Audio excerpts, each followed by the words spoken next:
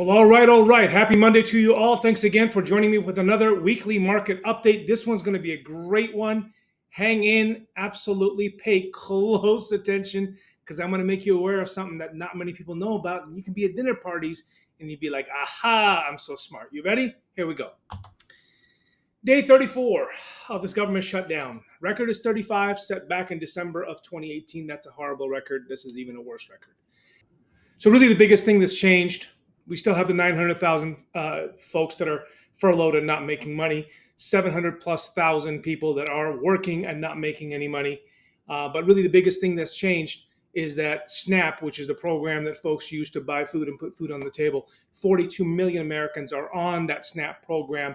That's 1 out of 8 Americans, and that has ran dry officially as of November 1. Hopefully, they'll come to their senses here and at least release the emergency funds to be able to feed folks at this point, but we just all have to wait and see what happens. What's going on with mortgages and housing industry in the middle of this shutdown? Well, if you have an FHA loan or a HUD-backed loan, talk to your loan officer. Things may be a little slower than normal. The IRS folks, 50% of them are still furloughed, and so things are going to be slower at the IRS. And if you're a federal worker and you're furloughed, my heart goes out to you because there's no financing that's available for you because you are technically not gainfully employed. Okay, so I promise you, I'm going to share something with you not many people know about, and here it is.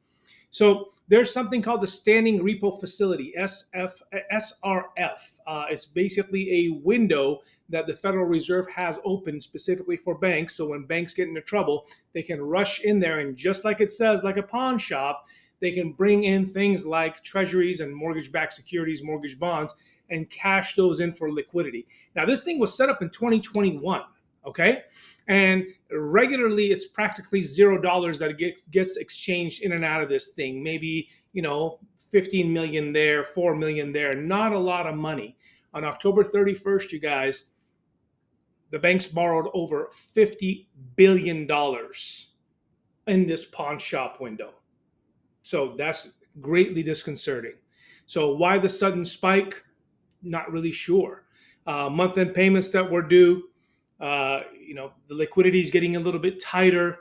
The Fed is tightening different things and delivering different messaging to the market. But really what this tells me, banks are in the business of lending money, yes? And so when you borrow money on your credit card, on your home equity, on your car loan, whatever that is, each month you're supposed to pay it back. So if the banks have to go to the Federal Reserve to cash in pawn shop items to get liquidity, what does that tell you? That means that people are not paying their debt back. So this is really important that we're all aware of this, and it's really important that we see it for what it is.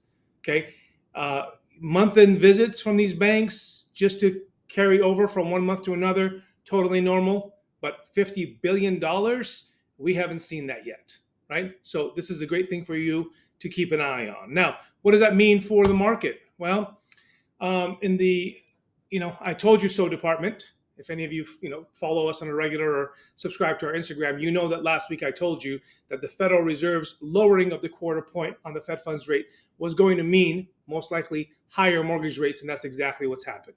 So here's where the Federal Reserve lowered the Fed funds rate. This is mortgage-backed securities in the bond market.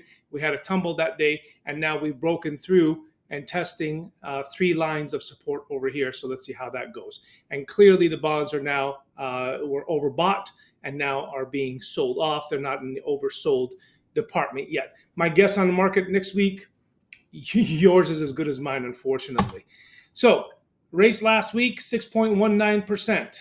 Rates this week, 6.34%.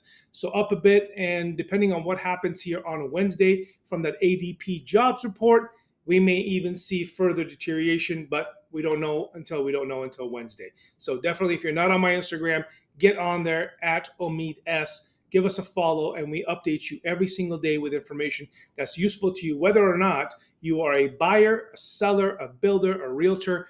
If you are in this marketplace, what I give you on a daily basis in stories is going to be useful for you. By the way, this all national averages based on 25% down, purchase loans with 780 credit scores.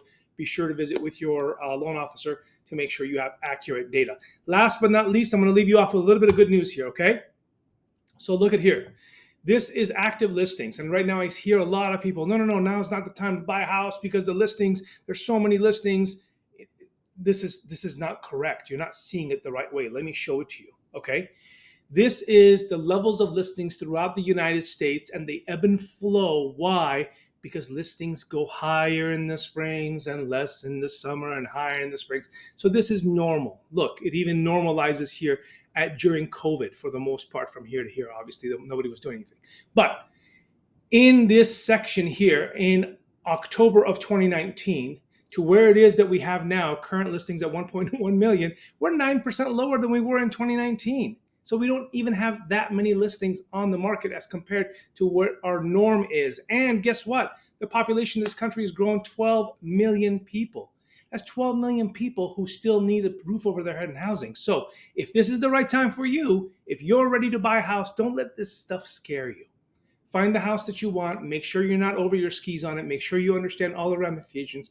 And then pull the trigger and buy a house. Because here's the thing. If these rates that are sitting at 6.3 all of a sudden show up at 5.9, there's going to be 350,000 of your closest friends who are going to be competing with you in that same $800,000 house that you've been eyeballing, which is now overnight going to turn into $900,000. And you waited for a quarter point in rate. Okay? Okay. And last but certainly not least, hit all my buttons, follow us, subscribe, like, comment, share this with people so they are going to be as smart as you are. And thanks as always. We're a phone call away if you need us. See ya.